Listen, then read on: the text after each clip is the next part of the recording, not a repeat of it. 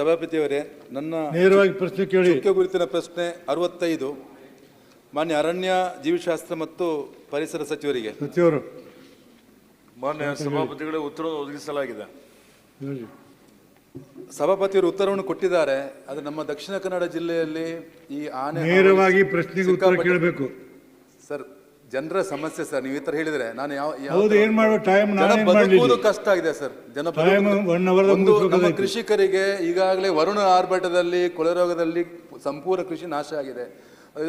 ಅದ್ರ ಜೊತೆಗೆ ಕೃಷಿಕ ಈ ಆನೆ ದಾಳಿಯಿಂದ ಮನೆಯಿಂದ ಹೊರಗಡೆ ಬರುವ ಪರಿಸ್ಥಿತಿ ಇಲ್ಲ. ಆ ಕಾರಣಕ್ಕೋಸ್ಕರ ಸಚಿವರು ನಮ್ಮಲ್ಲಿ ಬರುವುದೇ ಅಪರೂಪ. ಯಾವ ರೀತಿ ಅಂದ್ರೆ ಈಗಾಗಲೇ ತುಂಬಾ ಪ್ರಾಣ ಹಾನಿ ಆಯಿತು, ಅವರ ಬೆಲೆ ನಾಶ ಆಯಿತು.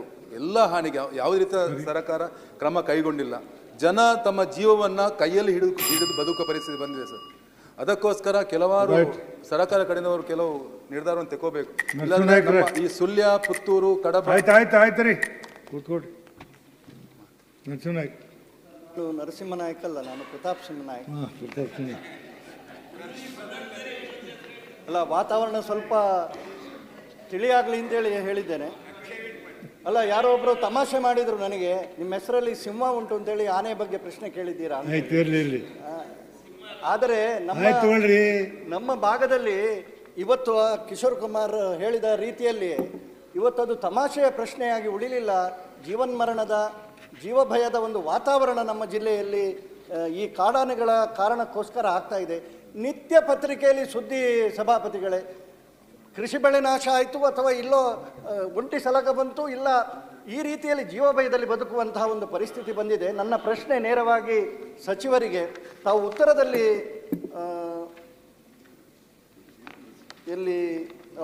ಉತ್ತರದಲ್ಲಿ ಕೊಟ್ಟಿದ್ದೀರಿ, ಮುಂದುವರಿದು ಮಾನವ ಆನೆ ಸಂಘರ್ಷ ತಡೆಗಟ್ಟುವ 117.20 ಕಿಲೋಮೀಟರ್ ಆನೆ ತಡೆ ಕಂದಕ, 2630 ಸಂಖ್ಯೆ ವಿಶೇಷ ವಿನ್ಯಾಸದ ಕಾಂಕ್ರೀಟ್ ಪಿಲ್ಲರುಗಳು, 71.4 ಕಿಲೋಮೀಟರ್.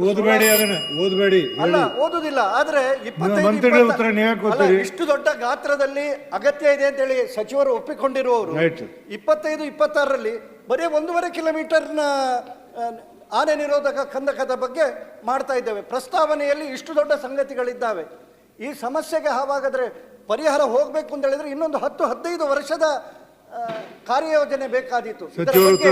ವಿಶೇಷ ಗಮನ ಕೊಟ್ಟು ಜನರಿಗೆ ವಿಶ್ವಾಸ ಬರುವ ರೀತಿಯಲ್ಲಿ 2 ಪ್ರಾಣಗಳು ಹೋಗಿದ್ದಾವೆ. ಅಲ್ಲ, ಈ ಮೊನ್ನೆ 2-3 ತಿಂಗಳಲ್ಲಿ ಅವ್ರು ಹೇಳಿ ಗೊತ್ತಾಯ್ತಲ್ಲ ನಿಮಗೆ.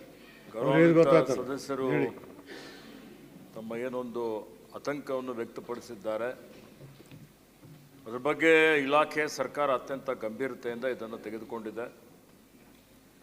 ಮಾನವ ಪ್ರಾಣಿ ಸಂಘರ್ಷ ಇವತ್ತಿಂದಲ್ಲ, ಅನಾದಿ ಕಾಲದಿಂದಲೂ ಇದೆ. ಮಾನ್ಯ ಸಭಾಪತಿಗಳೇ, ಹಿಂದೆ ಅರಣ್ಯ 60-70% ಇತ್ತು, ಈಗ 20% ಅರಣ್ಯ ಇದೆ. ಅರಣ್ಯ ಕ್ಷೀಣಿಸ್ತಾ ಇದೆ. ವನ್ಯಜೀವಿ ಸಂರಕ್ಷಣೆ ಕಾಯ್ದೆ ಬಂದ ಮೇಲೆ ವನ್ಯಜೀವಿಗಳ ಸಂಖ್ಯೆ ಜಾಸ್ತಿ ಆಗಿದೆ. ಕರ್ನಾಟಕ ರಾಜ್ಯದಲ್ಲಿ 2022ರಲ್ಲಿ ಗಣತಿ ಮಾಡಿದಂಥ ಸಂದರ್ಭದಲ್ಲಿ 6395 ಆನೆ ಇದೆ ಅನ್ನುವಂಥದ್ದು ಇದೆ. ಇಡೀ ರಾಜ್ಯದಲ್ಲಿ ಆನೆಯಲ್ಲಿ ನಂಬರ್ 1 ಅಂದರೆ ನಮ್ಮ ರಾಜ್ಯ. ಹುಲಿಯಲ್ಲಿ 2ನೇ ಸ್ಥಾನದಲ್ಲಿದ್ದೀವಿ, 563 ಹುಲಿಗಳಿದ್ದಾವೆ. ಇಂಥದ್ರಲ್ಲಿ ಸುಮಾರು ವರ್ಷದಿಂದ ಪ್ರತಿ ವರ್ಷ 50ರಿಂದ 65 ಜನ ಮಾನವ ಪ್ರಾಣಿ ಸಂಘರ್ಷದಲ್ಲಿ ಮೃತಪಡ್ತಾ ಇದ್ದಾರೆ. ಎಲ್ಲಕ್ಕಿಂತ ಹೆಚ್ಚಿನ ಒಂದು ದುರ್ಘಟನೆಗಳು ಇಲ್ಲಿ ಆನೆ ತುಳಿತದಿಂದ ಆಗ್ತಾ ಇದೆ. ಇದೆಲ್ಲವನ್ನೂ ತಡೆ ಹಿಡಿಬೇಕು ಅಂತೇಳಿ, ಈ ಸಮಸ್ಯೆಗೆ ಪರಿಹಾರ ಕಂಡುಕೊಳ್ಬೇಕು ಅಂತೇಳಿ ಇವತ್ತು ಶಾಶ್ವತವಾಗಿ ಕರ್ನಾಟಕ ರಾಜ್ಯದಲ್ಲಿ ಮಾತ್ರ ಇವತ್ತು ರೈಲ್ವೆ ಬ್ಯಾರಿಕೇಡ್ ಅಳವಡಿಸುವಂಥ ಕಾರ್ಯ ನಡೀತಾ ಇದೆ. ನಮ್ಮ ಸರ್ಕಾರ ಬರೋಕ್ಕಿಂತ ಮುಂಚಿತವಾಗಿ 312 ಕಿಲೋಮೀಟರ್ ರೈಲ್ವೆ ಬ್ಯಾರಿಕೇಡ್ ನಾವು ಮಾಡಿದ್ದೇವೆ. ಈಗ ಸುಮಾರು 116 ರೈಲ್ವೆ ಬ್ಯಾರಿಕೇಡ್ ಕಂಪ್ಲೀಟ್ ಆಗಿದೆ. ಇನ್ನೂ 200 ಕಿಲೋಮೀಟರ್ಗೆ ಈಗಾಗಲೇ ಮಾನ್ಯ ಮುಖ್ಯಮಂತ್ರಿಗಳು ಅದಕ್ಕೆ ಮಂಜೂರಾತಿಯನ್ನು ಕೊಟ್ಟಿದ್ದಾರೆ. ಆ ಕಾಮಗಾರಿಯನ್ನು ನಾವು ಶೀಘ್ರದಲ್ಲಿ ಪ್ರಾರಂಭ ಮಾಡ್ತಾ ಇದ್ದೀವಿ. 200 ಕಿಲೋಮೀಟರ್ ನಾವು ಮಾಡಿದ ಮೇಲೆ ಮುಗೀತು ಅಂತಲ್ಲ, 200 ಪ್ಲಸ್ ಇನ್ನೂ ಬೇಡಿಕೆ 300 ಕಿಲೋಮೀಟರ್ ಇದೆ. ರೈಲ್ವೆ ಬ್ಯಾರಿಕೇಡ್ 1 ಕಿಲೋಮೀಟರ್ ಮಾಡಲಿಕ್ಕೆ ಹಿಂದೆ 1.5 ಕೋಟಿ ರೂಪಾಯಿ ಖರ್ಚಾಗ್ತಾ ಇತ್ತು. ಈಗ 1,20,75 ಲಕ್ಷ ರೂಪಾಯಿ 1 ಕಿಲೋಮೀಟರ್ಗೆ ಬೇಕಾಗಿದೆ. ನಾನು ಆರ್ಥಿಕ ಇಲಾಖೆಗೆ ಸನ್ಮಾನ ಮುಖ್ಯಮಂತ್ರಿಗಳ ಪ್ರಸ್ತಾವನೆ ಸಲ್ಲಿಸಿದ್ದೇನೆ. ಇವತ್ತು ಈ ಬೇಕಾದಷ್ಟು, ಯಾಕಂದರೆ ಮಾನವ ಜೀವ ಅತ್ಯಮೂಲ್ಯವಾದಂಥದ್ದು. ಆ ಜೀವ ಸಂರಕ್ಷಣೆ ಮಾಡಲಿಕ್ಕೆ ಏನೆಲ್ಲ ಕ್ರಮಗಳು ತೆಗೆದುಕೊಳ್ಬೇಕಾಗ್ತದೆ, ಮಾಡಲೇಬೇಕಾಗ್ತದೆ. ಆ ದೃಷ್ಟಿಯಿಂದ ಅವರು ಒಪ್ಪಿಗೆಯನ್ನು ತಾತ್ವಿಕವಾಗಿ ಕೊಟ್ಟಿದ್ದಾರೆ.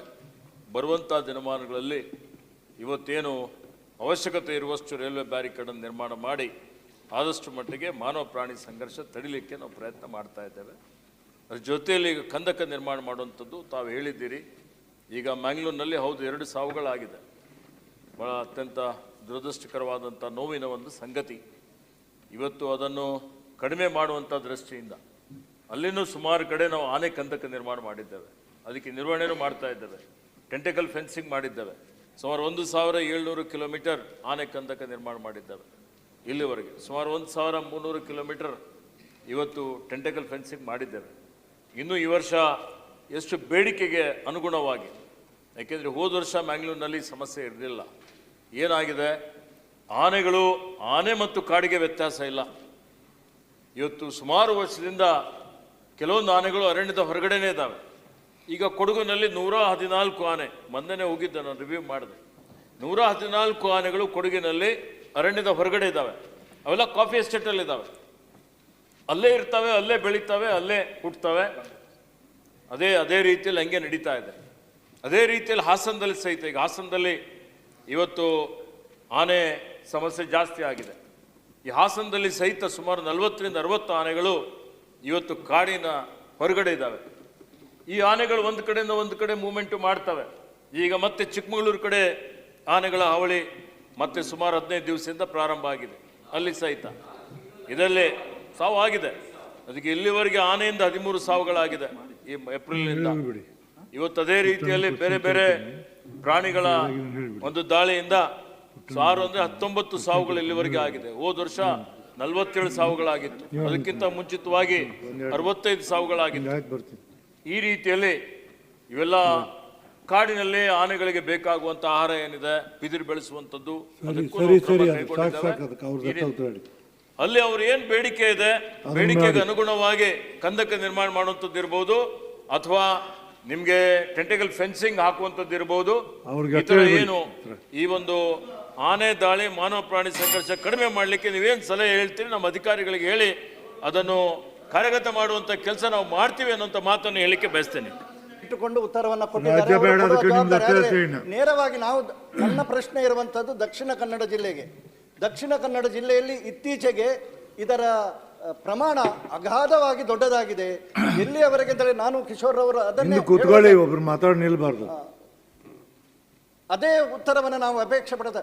ಆನೆಯ ದಾರಿ ಅಂತ ಹೇಳಿತ್ತು, ಇಷ್ಟು ಪ್ರದೇಶದಲ್ಲಿ ಮಾತ್ರ ಓಡಾಡಬೇಕು, ಅಲ್ಲಿಗೆ ಇವತ್ತು ಸೀಮಿತ ಆಗಲಿಲ್ಲ, ಪೇಟೆಯ ಬದಿಯವರೆಗೂ ಬರಲಿಕ್ಕೆ ಪ್ರಾರಂಭ ಆಗಿದೆ ಅಂತ ಹೇಳಿದರೆ ಏನೋ ಒಂದು ವ್ಯತ್ಯಾಸ ಅಲ್ಲಿ ಆಗಿದೆ ಅಂತ ಹೇಳುವಂಥದ್ದನ್ನು ಮತ್ತು ಸಚಿವರು ಅದಕ್ಕೆ ಒಂದು ಸಲಹೆಯನ್ನು ಕೊಡುವಂಥದ್ದು ನನಗೆ ಗೊತ್ತಿಲ್ಲ. ಶಿವಮೊಗ್ಗದಲ್ಲಿ ಒಂದು ಶಿಬಿರ, ಏನೋ ಒಂದು ಪ್ರವಾಸೋದ್ಯಮ ದೃಷ್ಟಿಯಲ್ಲಿ ಆನೆಯ ಶಿಬಿರವನ್ನು ಮಾಡಿದ್ದಾರೆ. ಸಾಕಷ್ಟು ಜನ ಹೋಗಿ ನೋಡ್ತಾ ಇದ್ದಾರೆ. ಸುಬ್ರಹ್ಮಣ್ಯದ ಪಕ್ಕದಲ್ಲಿ ಏನಾದರೂ ಆ ರೀತಿಯ ಒಂದು ಶಿಬಿರವನ್ನು ಮಾಡಿದ್ರೆ ಸಾಕು. ಪ್ರಶ್ನೆ ಹೆಂಗ್ ನಡೆಸ್ಬೇಕು ನೋಡಿ. 1 ತಾಸು 15 ನಿಮಿಷ ಆಯ್ತು. ಸರಿ ಸರ್, ಆದ್ರೆ ನೀವು ತಿಳ್ಕೊಬೇಕು. ನೀವು ಸಮಸ್ಯೆಯನ್ನು ಇಲ್ಲಿ ನೀವು ತಿಳ್ಕೊಳ್ಳೋದು ಅವ್ರು ತಿಳ್ಕೊಳ್ಳಂಗಿಲ್ಲ. ಸಭಾಪತಿಗಳೇ, ಭಾಷಣ ಯಾಕೆ ಮಾಡ್ತೀರಿ? ಏನ್ ಕ್ವಶನ್ ಕೇಳಿ. ಅದನ್ನೇ ಕೇಳಿದೆ ನಾನು. ಸಲಹೆ ಬಿಡಿ. ಒಂದು ಶಿಬಿರ ಮಾಡೋದ್ರ ಬಗ್ಗೆ ಏನಾದ್ರೂ ಒಂದು ಆಲೋಚನೆ ಮಾಡ್ತೀರಾ ಅಂತ ಹೇಳಿ. ಒಂದು ತೀರ್ಮಾನ ಮಾಡಿಯಪ್ಪ. ಅದು ಪರಿಹಾರವನ್ನ ಜಾಸ್ತಿ ಮಾಡ್ತೀರಾ, ಕೇರಳಕ್ಕೆ ಜಾಸ್ತಿ ಕೊಡ್ತೀರಿ, ನಮಗೆ ಜಾಸ್ತಿ ಕೊಡ್ತೀರಾ.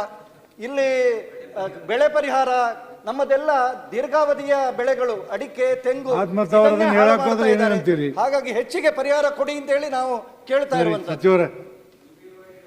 ಸನ್ಮಾನ್ಯ ಸಭಾಪತಿಗಳೇ, ಕೇರಳಗೆ ಪರಿಹಾರ ಕೊಟ್ಟಿದ್ದೀರಿ ಅಂತ ಹೇಳಿದ್ದೀರಿ. ಅರಣ್ಯ ಇಲಾಖೆ ವತಿಯಿಂದ, ನಮ್ಮ ಸರ್ಕಾರದ ವತಿಯಿಂದ ತಾವು ಟ್ವೀಟು ಮಾಡ್ತಾ ಇದ್ದೀರಿ. ಭಾಳ ಸಲ ಒಂದು ನಯಾ ಪೈಸೆನೂ ಕೇರಳಗೆ ನಾವು ಪರಿಹಾರ ಕೊಟ್ಟಿಲ್ಲ.